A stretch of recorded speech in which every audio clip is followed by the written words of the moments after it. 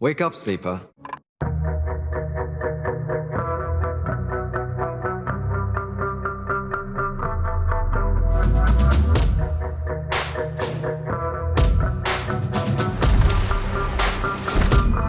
Welcome to the City of Souls.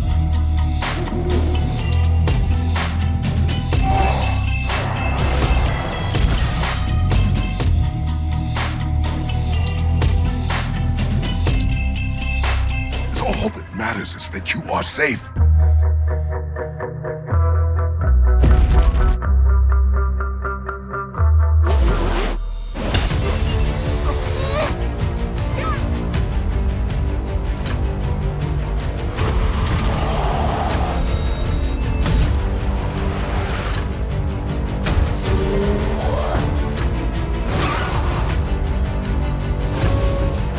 How could you be so reckless?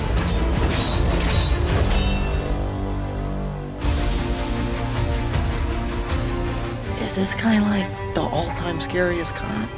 I don't know. This is my first cop.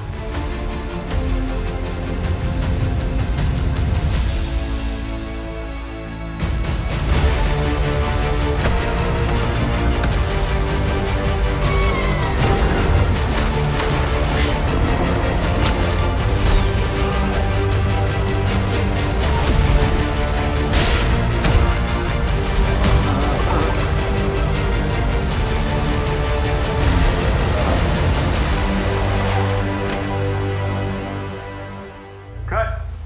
That's good. Ready to move on to the standing close-ups? Miss Perkins, you can flirt with Carl now. Okay. Oh, that makes me want to go and play games. Do I have to keep going? All right. Hello, and welcome to today's Games Made in the UK panel. I'm Elle Osili-Wood. I'm a TV presenter and radio host, but I also work in games for brands like PlayStation and Xbox. And of course, I've hosted the Bafta Games Awards and been named a Bafta Breakthrough, so always happy to be here repping the incredible work Bafta does. And we've got a pretty incredible panel to rep the work that the UK games industry does. Now, at the end of this, we'll also be having a Q&A. We've got 15 minutes, so please keep your questions until then. But as I said, we'll have about 15 minutes, so think of stuff throughout the panel and we'll get to you at the end. Okay, housekeeping done.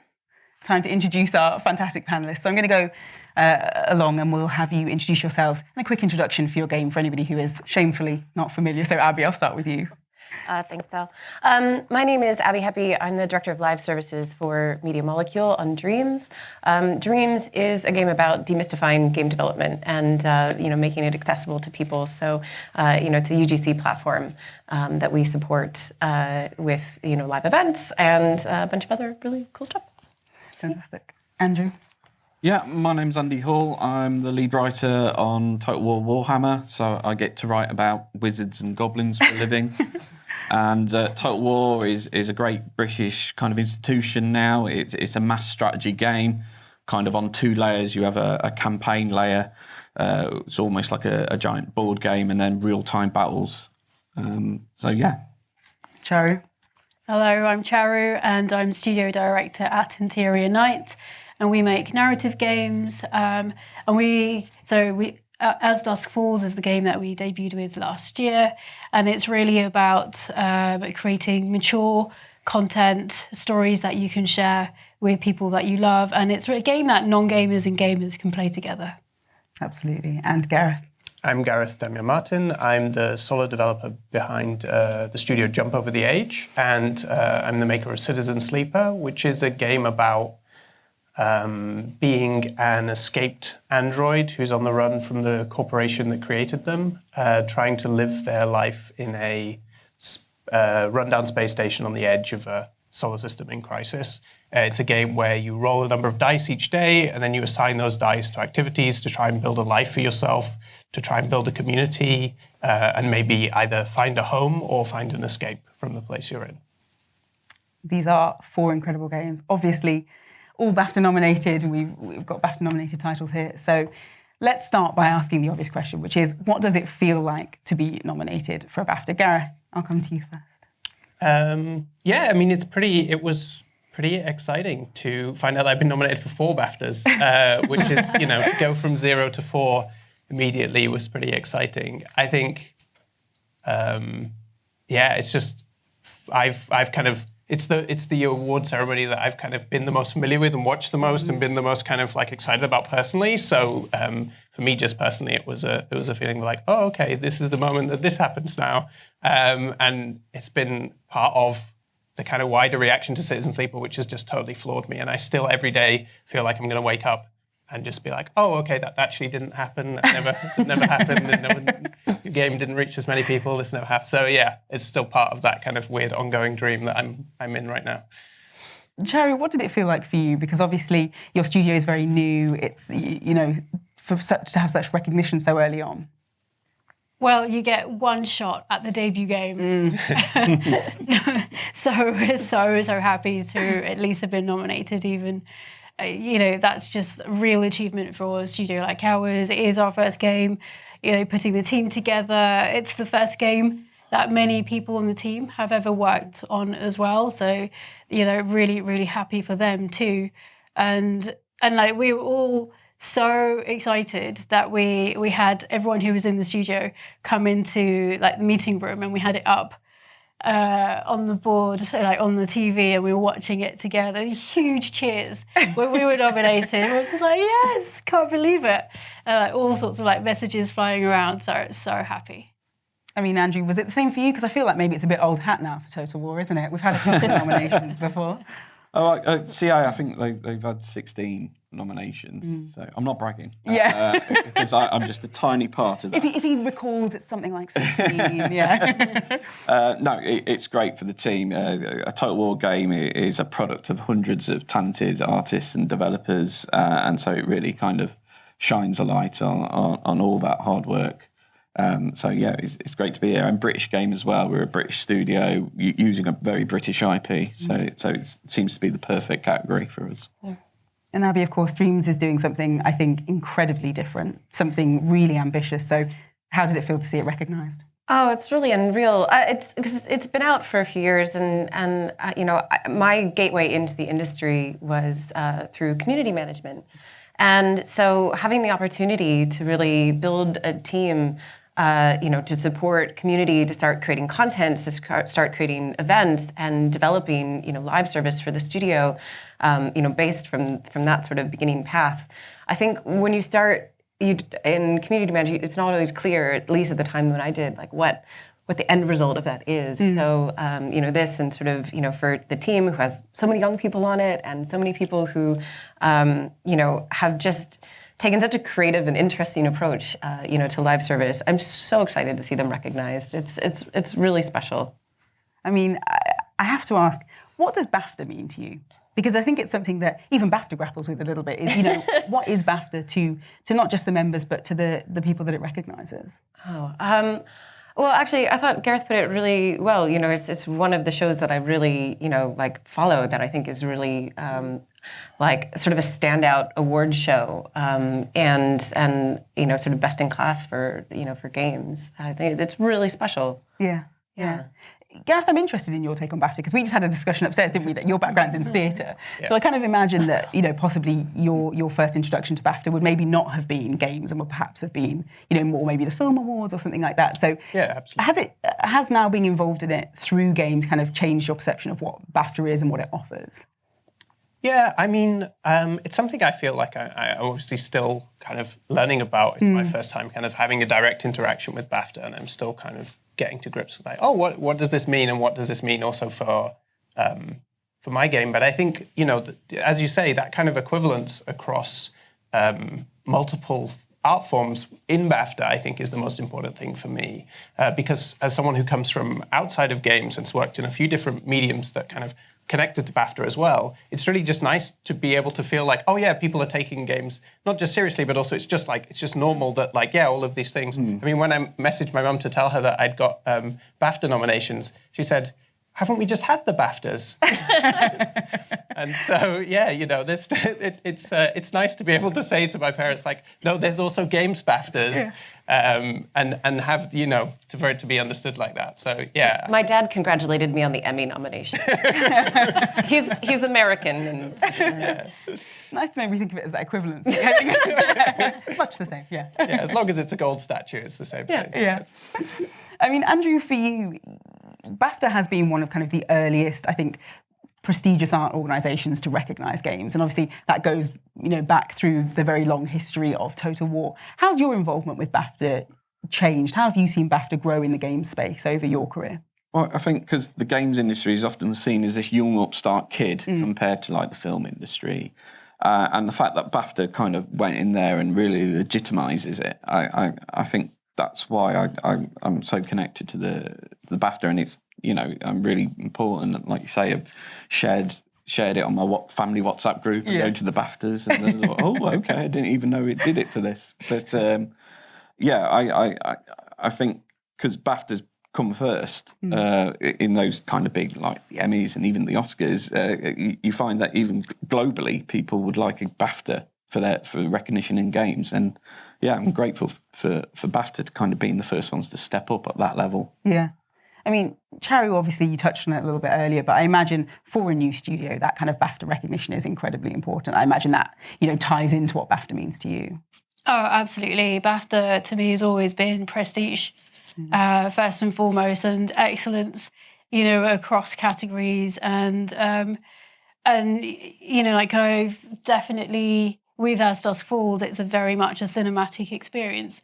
So actually, I feel like there should be a lot more of the bridging of that gap between the entertainment industries, and BAFTA does that beautifully. And BAFTA's really well placed to do that. I'd love to see a lot more mingling and sharing of across the art forms. So we've actually purposefully hired in from the film industry and the TV industry so that we kind of get that sort of interpretation of our script. So it comes through to the players as well. I do think that's something I'm particularly excited about with BAFTA is that potential for cross-sector collaboration, because I think what we're seeing is and I'm biased, but I do think that games are the forefront of cultural innovation. They are this uniquely immersive storytelling that we're seeing everybody else pinch ideas from now. Netflix is turning up being like, what's that? They play for hundreds of hours? How can we get involved? And I think that's what, I think BAFTA's really good for, particularly in the UK where there's such a UK flavour to all of our entertainment industries. And so, Charu, I'll come back to you. What is it that makes the UK game industry so special? What is the UK games industry for you? How would you describe it? Well, I think the UK games industry is extremely diverse. The UK is very diverse, and I think the UK has a really, really strong reputation and history across the creative industries and across the tech industry as well, and that's hugely important. It's games for me is where the creativity crashes with the tech, and you combine both. So yeah, there's huge amount of diversity, cultural diversity, perspectives that come together in the UK. It's also a really vibrant place to meet other people. Within the industry, there are loads of different initiatives, and it's not just. So I'm London-based, but there's a lot in London, but there's also a lot, say, just outside of London, like in Guildford, in the north of London, in Scotland, even Ireland has thriving games communities. So I think that's pretty unique. Andrew, for you, how has it changed over the time that you've been in the games industry? Because obviously it's grown dramatically, exponentially in the UK. So what was it like when you started, and where do you think we're now? Well, I had a kind of strange, maybe unique kind of vector into the game industry. I started as kind of a mail order troll. That's what they used to call us at Games Workshop, back in lead figures, and then I moved into kind of the studio in Nottingham. Again, kind of tabletop based, but kind of Nottingham and Derby were one of those early hubs that you talked about. I mean, Tomb Raider core design was very much made in Derby originally, and the game industry around Nottingham, there was kind of like a hub around East Midlands, and a lot of people after they left Games Workshop kind of found themselves into that, and then that kind of diversified, and obviously you almost had like a Guildford hub and obviously a London hub, and even now we've just kind of launched a CA North studio, so we could access that pool of talent in kind of Newcastle and Durham way. So I think it really is dispersing a bit like what the BBC have done with kind of dispersing away from London to the media city, kind of around Salford and stuff. So I think what I've seen grow and what makes almost the British kind of game industry unique is that there are these hubs of talent all over the country. And I think that's really cool. Abbie, of course, you're from the US originally. Yeah, in case I was anyone so hadn't awkward noticed. with this question. Yeah. So, I mean, I'm going to ask you the big question, which is, what's the difference between the US game industry and the UK games industry? What's been your opinion, kind of landing here and discovering it? Yeah, it's like I also couldn't have really come from a more different studio, and actually it was Guildford that sort of made those worlds merge. I was working at Respawn Entertainment, and we had some production that was based in Guildford through EA. So it was really different, but there's in some ways really more connected. When I think about Guildford, there's a story that can be told through the studios there, through Bullfrog and Lionhead, into the studios that are there now, including Media Molecule. And so I didn't quite have that same sense of narrative in a way with the studios and really being able to sort of trace those stories quite the same way in the US. I think especially coming from Los Angeles, you have some massive studios there, but not a lot of links and ties between them in some ways. Partially it's a big city, and getting to even just a place where they can connect is hard. So there's a lot more emphasis on shows like GDC or E3, and I feel like here there's more it's more of a culture of sort of meetups and connectivity through studios, which is really cool. No, it's lovely. I mean, Gareth, I'm interested because you are, a single-person studio, aren't you? And so,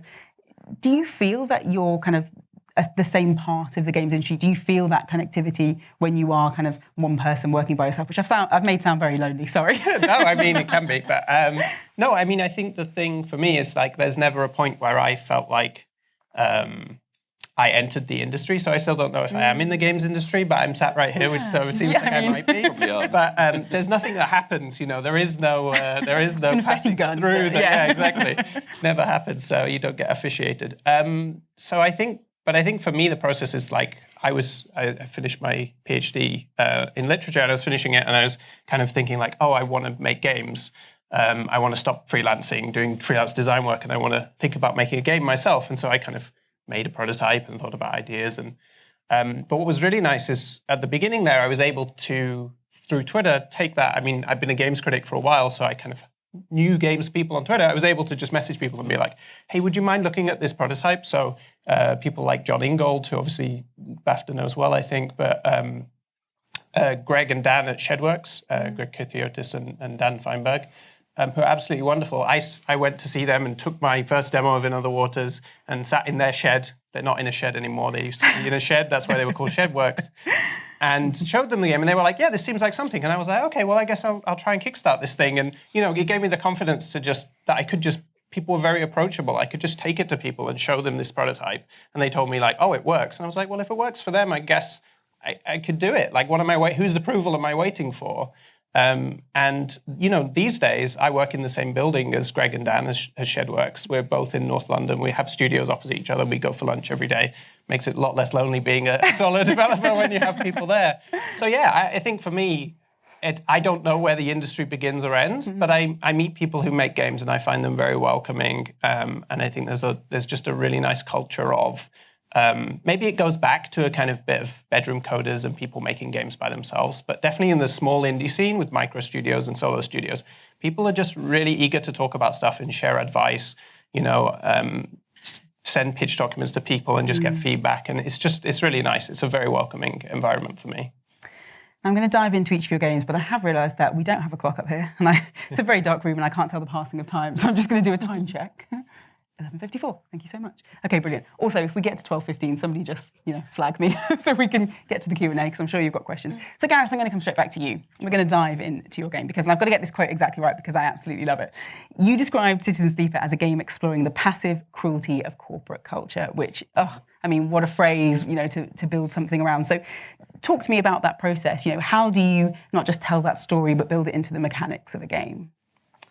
Yeah, I think when I sat down to make Citizen Sleeper, the thing that I wanted to do was I got the chance to make a second game after In Other Waters being successful, and I thought, what is it that I want to make a game about? If I had the choice to make a game about anything, and I was like, well, I want to talk about what it means to be a person now and my experiences of and the experiences I've observed in my generation. And for me, one of the things that I'd observed is the way in which people are exposed to kind of chance or risk or precarity and this kind of passive cruelty of huge systems that don't know we exist and don't care whether we exist, but might shift our lives in ways that are so massive and completely, could be fatal or catastrophic for us. And yet, we exist in kind of their shadow in this non-existent space. I wanted to kind of explore that because that felt very pertinent. And so that kind of, because that passive cruelty affects a lot of things. But for me, the big thematic thing I want to get at with Citizen Sleeper is the question of, is it, the most depressing and melancholic thing in the world that, we're so small and there's this huge system and it could just shift 1 degree for no reason and we'd be crushed? Does that mean that everything we do down here in this small space, does that make it meaningless? Or is it that this thing is so big and so unimaginable, but has nothing to do with us, that it really doesn't matter that it exists, because we can make our lives meaningful or have communities, have mutual aid, have support in this space that we have, and we should care about that space, and we should believe in people. And that's the kind of constant push and pull of Citizen Sleeper, I think, in the game, is being in that situation and trying to survive it. And that comes from my personal experience of working in the gig economy, working as a zero-hour games tester, of struggling with depression, of being non-binary, and kind of finding my way through those processes. Moving to London as a teenager and having no money and kind of trying to find other people.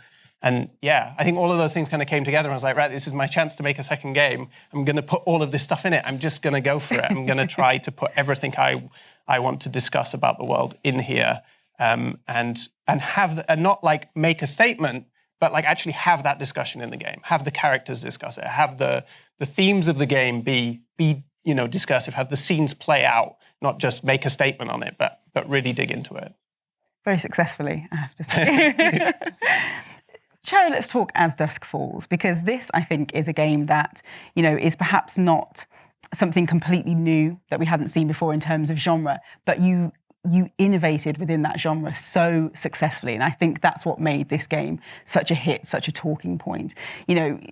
As you said, the kind of mature themes, I think, are something that are a little bit different in that genre. And then, of course, the multiplayer, which is something we've really never seen in that space before. So talk to me a little bit about, why you wanted to innovate in this space and how you pulled it off so successfully. You hit on two really important things. So definitely the mature, the approach we took to telling mature stories. And we wanted to make a game that had a really broad appeal that could, that could resonate with people on an emotional level, so that as a player, as you play through and you make choices of, through the narrative of this game and you affect the lives of the characters on screen, you feel kind of that responsibility, but you also put something of yourself into every single choice. And that really comes through where, like when I've watched people play or I've seen like sort of Twitch streams, it always, the best thing is how people are affected. And they're kind of like, I know games are fun, of course they are, but sometimes they can be emotional. They can be, people felt sort of like anxiety making choices, or they weren't sure what to do. They're like, I don't know what to choose. And this kind of like made me think that, yes, we've gone down the right path here. And we took inspiration from TV shows, like Breaking Bad and Fargo, and sort of like those really loud moments. And, the game actually starts with a heist and this sort of like pressure cooker situation. But then there's a lot that happens that's very quiet in the background, and some of those decisions that you make as a player in those quieter moments, or sort of in the past, actually come back and begin to shape the events happening sort of in the more present time of the game. And the game also actually looks at, so like on the face of it, it's a game of two families and it's set in a place, but it actually tackles themes such as sacrifice, and family, and how far are you willing to go? Like, how do you balance these things? What if you're kind of like dealt a bad hand? How do you sort of start to square all the decisions and create sort of the best path for you in life in general? Because, our games are they're grounded in reality. And then the multiplayer, definitely for me, but there's a big kind of dichotomy between my work and friends at work and, colleagues and people who play games. And then actually there's a whole load of people in my life who don't play games. A lot of my family, even my old school friends, my old teachers, none of these people play games. Their experience of games is very much through their children. So they all think I work on Fortnite, and that's the only way they can relate. So this is a game that it's a story you can play by yourself, but you can also share that story with people that you love in your life. So that's why we wanted to put multiplayer right from the ground up. It's very much in the DNA of the studio and the game itself. So you can share, and actually the conversations you have when you're playing multiplayer sort of start to show you different sides of the people that you love, and you begin to learn more about them and learn more about yourself at the same time.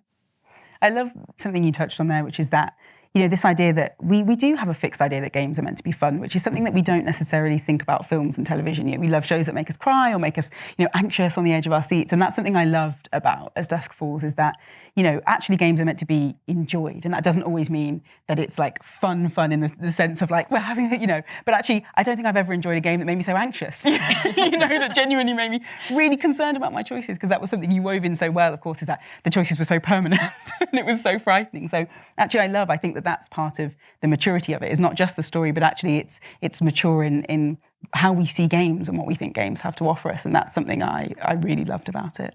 Thank you. I think we definitely sort of didn't over-index on let's all have a fluffy time type of game. There is some tricky subjects which make it an 18+ game in there, and it was really important actually for us to not shy away from without giving anything away, but just sort of general themes of suicide and sadness and sort of family trauma. And yeah, even when we're developing games, like I've sort of like grown up in the games industry, and I always have there's always this phrase like find the fun, what's fun about this, and yeah, we kind of like just thought every single branch and every decision you make is perfectly valid, just like in life. And it doesn't have to be like, what's winning at this game? There's no failure state. That was a really big thing for us. There's no golden path like, oh, you made the wrong choice, go back. Or we kind of got the ending that's not that great. Yeah. Every single thing is relevant here. Now, Andrew, when it comes to stories, I feel like obviously you're the person to go to here. You've been in narrative for such a long time, and we mentioned the 16 Bafta nominations that Total War has had. Have I mentioned that? Yeah, I don't know if that came up. 16. So, I mean, how do you keep a series like Total War fresh? And I think not just for an audience, but for yourself. How does it stay creatively rewarding when you have to balance that desire for something new and to keep bringing audiences back, but also I think we have very vocal audiences in games, and they want something they recognise as Total War every time. Yeah, with a grand strategy game, you don't want narrative to get in the way of people having that sandbox experience and creating their own empire and everything. But with Warhammer 3, because it was the return of the king of the trilogy, and we knew we wanted players to come in, and to be fair, the game is complex, so we do get a kind of a bounce off rate. So what we wanted to do, we have a prologue to our story, a kind of through narrative, and that would be our tutorial. So normally game tutorials, they're not always successful. They can probably have a sticky rate of around 6 to 8%. But our tutorial, because it was so narrative focused and heavy, and just like you say, people cared about the characters, we got to like a sticky rate to about 50%, which means about, which is really high in kind of industry terms. So people would play that 6-hour experience through to the end. And then the narrative was designed to go into the grand strategy itself, so you could follow that character and take him on to build this empire, or indeed be the antagonist to that character. You kind of, so you'd get that both sides of the coin. So rather than high fantasy, it was kind of dark and dirty fantasy, which is kind of what Warhammer's with a lace through of comedy, because it's very much a British IP, and there's always the grim darkness, but there's always the ridiculousness of it too. So for me, narrative we used as a tool to kind of keep the player engaged, make them care about the characters, and then they have the patience to listen that they've got a left click here, or they've got to open this menu to activate this game mechanic. And it's been very successful for us, and hopefully that's one of the reasons why we're here today. I also wanted to ask you about Warhammer in general, because I think it's bank balancers would argue otherwise, but I think it's something thought of as niche, isn't it? Or, I think people on the outside of it often think, oh, it's a bit complicated, or it's, not for me. And I think that is not the same for Total War. I think actually it's often quite surprising to see the breadth of people that enjoy that game. So how do you bring a world that perhaps, in kind of real terms is thought of as niche to something that then becomes kind of really a blockbuster video game? We've always had our game pillars, and one of them's authenticity. And even before my time, when we were doing historical games, authenticity was key. We wanted to make sure it was like this ultimate or authentic battlefield experience, whether you're in the shogunate or you're a Caesar in Rome. And we did the same with Warhammer. We treated it almost like a history game, a fantasy history game. So we were doing that service to the IP. And making sure it feels legitimate, and whether you're a fan of the tabletop, you're painting your armies, you could then do that in digital form. And I think also that there's an accessibility there that maybe people that don't want to spend hours and hours painting their miniatures. I am one of those people. My partner is not here right now because he is home painting Warhammer. Well, there you go. Got to do it. You get a podcast or an audio book, start painting. He had the choice, and he was like, I could have all day to paint. Yeah, absolutely. It's one of those just nice de-stressing exercises, isn't it? And then you take them onto the table and roll loads of dice and get angry. But yeah, there's an accessibility issue there. People probably haven't got thousands of hours to just turn on the computer, have a Warhammer battle, have a bit of a laugh, and then I don't know, go do some cooking or something.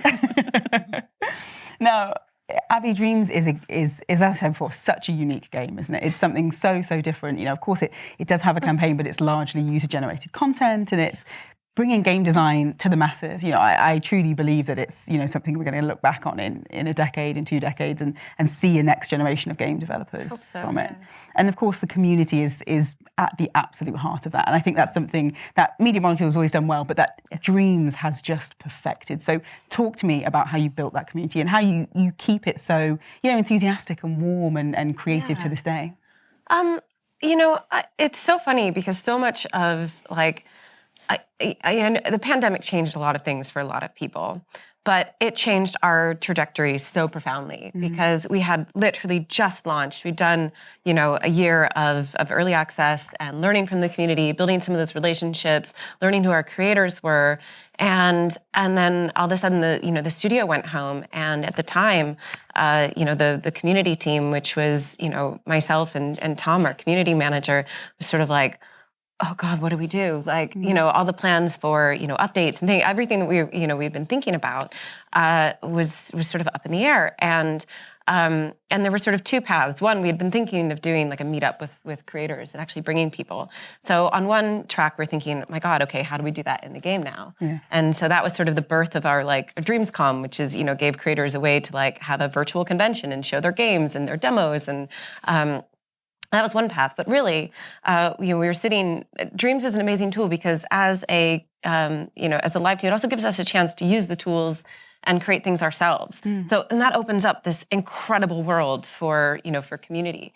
So it started so small. We were like, what if you could just, because we're all stuck inside, what if we could just go for a walk? And this sort of idea that we did on a Twitch stream of everybody builds one little section of this.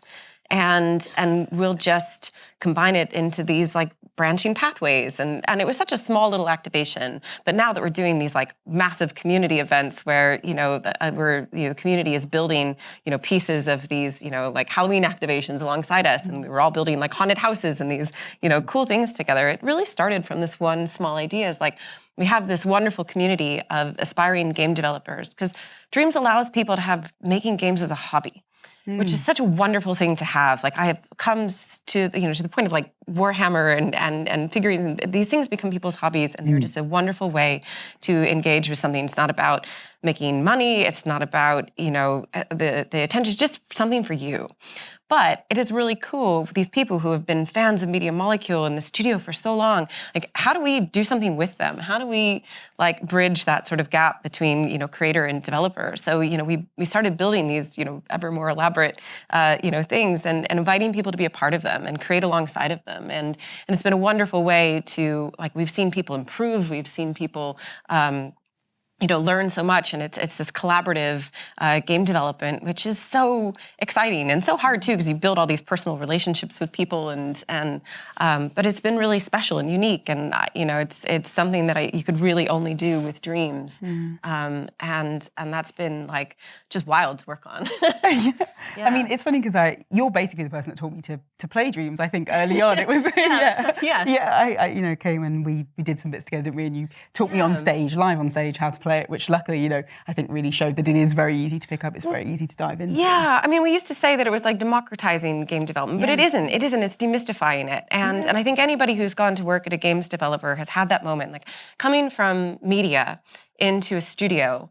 The first year I worked there was all just about demystifying, like, what does all this look like behind the scenes? What is a level in progress? What is the animation team doing? What is the audio team doing? What is the art team? And coming in community, from the community side allows you really to build all of those relationships across the studio to learn what everybody does.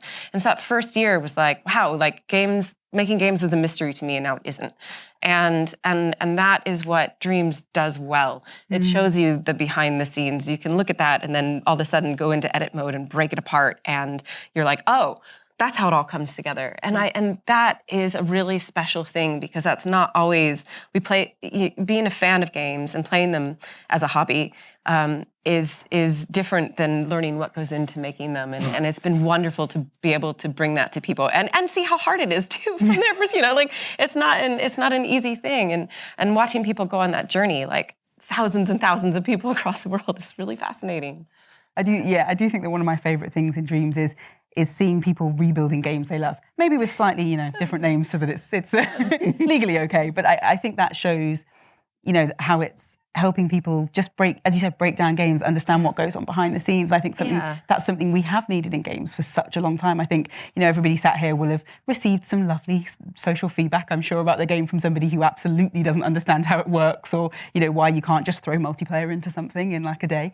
And so I think, I love that Dreams is showing people, okay, give it a go. It's an entry point. And sometimes, people learn by copying, and then they make something really original. And, I saw it this year, there's a game, Trips Voyage, that, you see all the inspiration that it takes from Mario and Nintendo. Yeah. But that creator just got hired at Moon Studio as a designer. And like, that is an incredible journey. And they made something so beautiful and original, and you see where it comes from. You see, but then, they've turned it into something that is really their own. There's a game, is it Lock? The really incredible... I love Lock, yeah. Lock. Oh, play Lock in Dreams. I have to say, probably one of... And I'm like a puzzle game connoisseur. Yeah. Probably one of the best puzzle games I've ever played. Yeah, Pixel Gorilla is the creator, and that is such a... I mean, I had a notebook next to me, and I was like making notes and writing everything down, and it's puzzle solving, and it's so brutal. Absolutely. And probably spent like 10 hours, solving puzzles and enjoying it. Yeah, absolutely fantastic. Right, it is time for audience questions. So I'm hoping we've got some good ones. Oh, we've got one down here in the amazing dungarees. Love them. Gareth, I have a question about Citizen Sleeper, which is basically, it sounded like you had a really strong narrative idea and flavor quite early on for what you wanted to do with the game. At what point did the quite tabletop-y dice rolling system, kind of controlled chance element, kind of become the obvious way to communicate that narrative? Sure. Yeah, I think that, there's a part of Citizen Sleeper that I was just talking about earlier that's kind of like almost like been in my mind for, a decade of kind of like having these experiences and seeing the world and kind of like building up to like those big themes and those big things and having to have that experience to be able to write that story. But there's another part of it where, during the process of making In Other Waters, I started running tabletop games for the first time. I started first listening to actual play podcasts, and then I started by running a game of a tabletop role-playing game called Blades in the Dark. And I was absolutely fascinated by how simple the systems were and how rapidly they allowed stories to grow, especially the faction game in Blades, which is really basic. It's just you have like a city map and you have all these... Blades is like a kind of Dishonored-like Victorian city heist thing with fantasy elements. And it's like you have all these gangs and they all have like a hold over part of the city and they all have a kind of certain strength.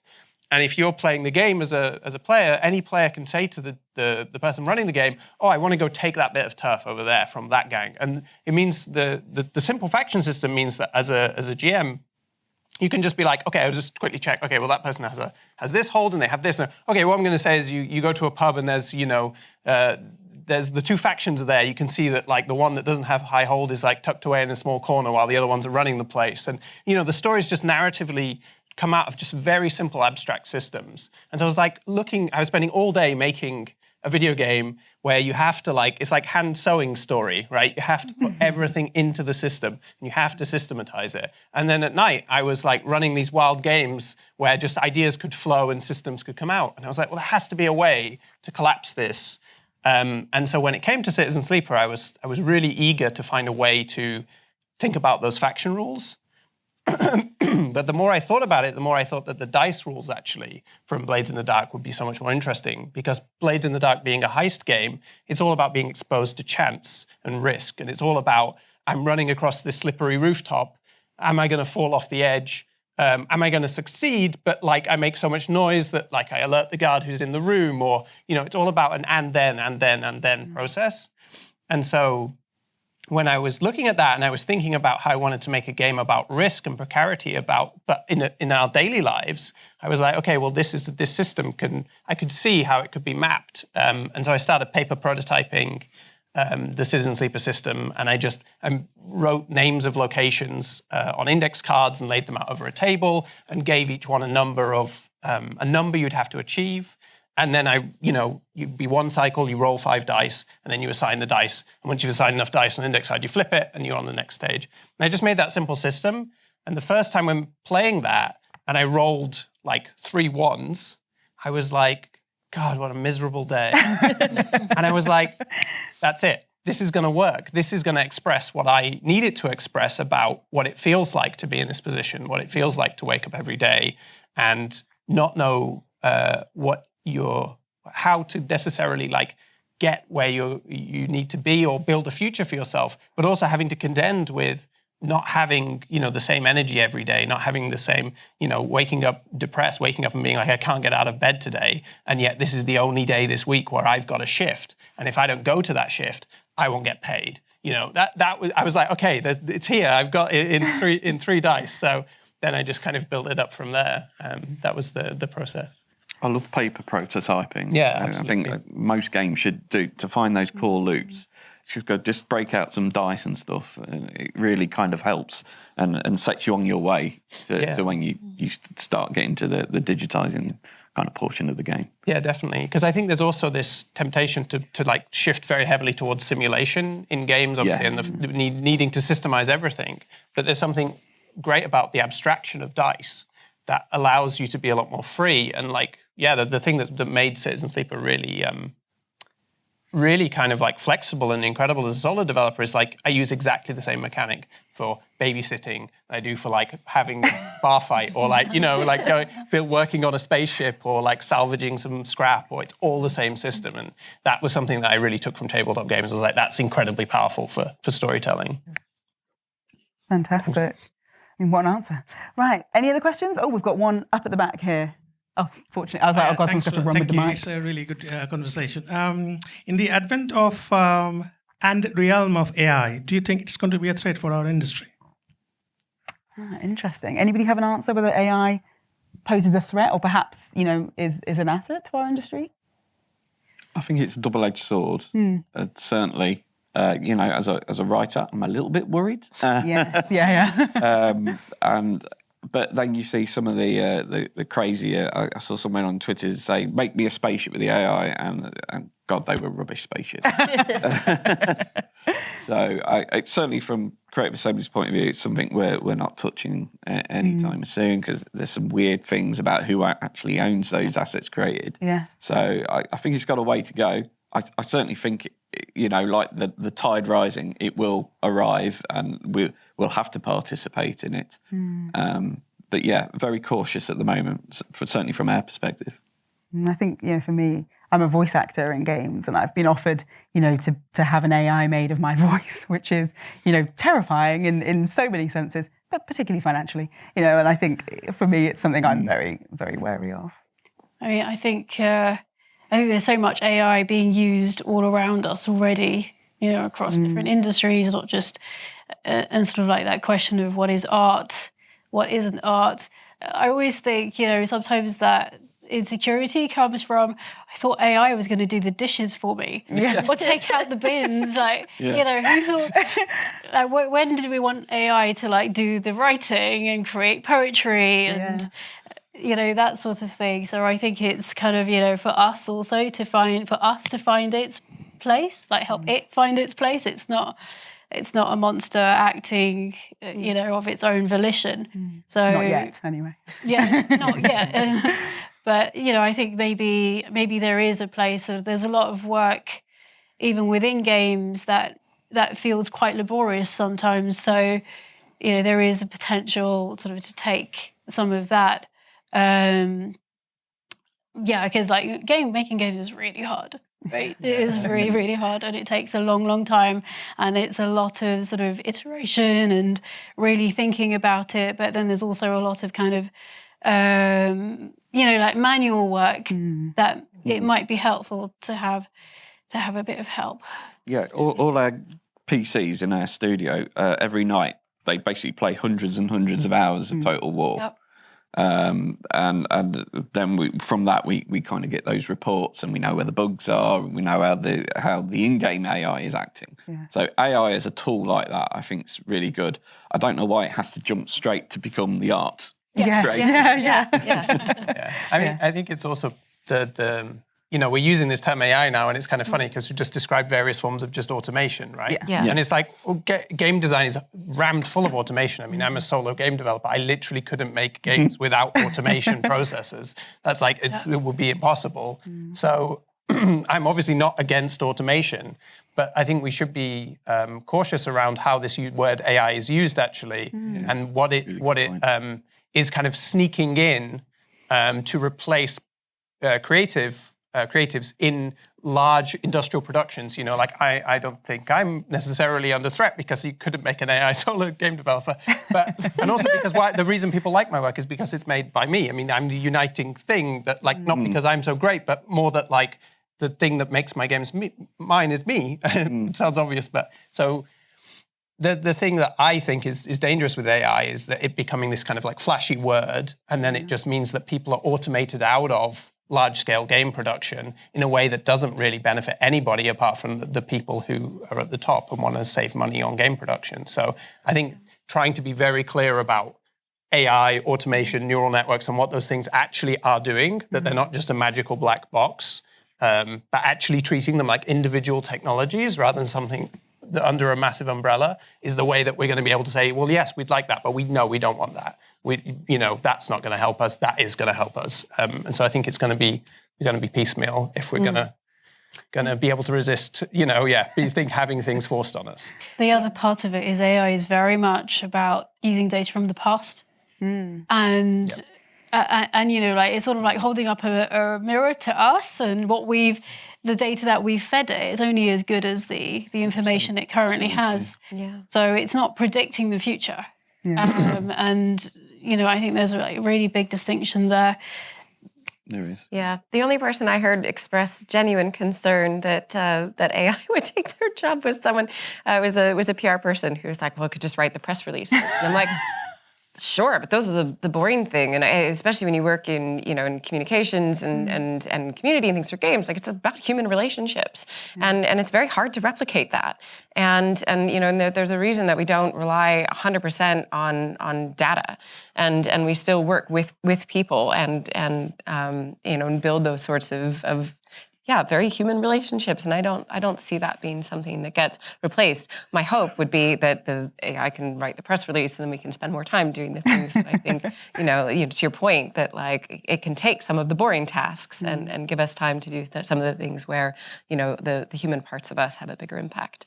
Part of my job is resource management. Yeah. I think it can do this beautifully. Way better than I could with my human imperbections. But Yeah. We all know it's going to turn on us, don't we? Yeah. Every movie, 100%. how. Yeah. We've been making art about that for years. Yeah. Fantastic. Do we have another question? Any other questions? Hello. Hi. I've got a two-part question for Gareth. As a sole developer, how do you choose large decisions in the game? So like art, gameplay, or story beats. And part two of that question is, how did you stop yourself from doing too much? When was a feature done? I'm going to very quickly interrupt and say, we're going to try and squeeze in another two questions. So if you could thoroughly, but also briefly answer that question, that would be incredible. Okay, a challenge. So I try to think that there are no big decisions because making the decisions big is the most likely way to make them very hard to make. So what I tend to do is I write a design and I try to actually focus on developing a paper design and doing paper prototyping and really like lock down actually that design. And then I use my split personality to then be the person who has to implement that design without questioning that person, without being able to access them because they're on the other side of the personality split, so they can't talk to them. And so then I spend a few months implementing that design, and I resist with all of the fibers in my being the temptation to add or change that design significantly. Just shift it to make sure it works, to make adjustments, to give visual feedback that might help it work. But I will implement that design, and then I will go back and split my personality into a third person, and I will look at that design and try to play it, and then try to assess it, and try to give it to other people to assess. And to me, that helps diffuse the decision-making process across multiple kind of positions, and it also stops your your second question, which is it stops you doing that thing where you're constantly trying to improve something, but you actually haven't noticed its qualities or the things that need improving. Because I generally think that when you're working on something, when you're deep in the kind of guts of something, building it, you are in the worst possible position to judge whether or not that thing is working. You are the last person who will know whether or not that thing is working. And so you either need other people to talk to, or you need to find a way of kind of just trusting your initial design process and saying, I'm going to just stick with it, and then I'm going to be able to assess it. Because otherwise you'll get bored of what you made, and then you'll feel that it needs more. And you will always feel that it needs more, and you will always keep adding and creeping your scope and adding features.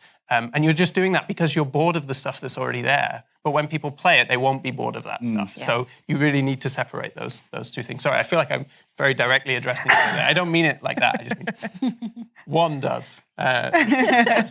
Anyway, yeah. Was that efficient? Yeah, that was perfect. Yeah, we love a little one-on-one service here. All right, we're going to do an absolute speed round. So whoever these questions are to, can we have hands up for the two questions that we had?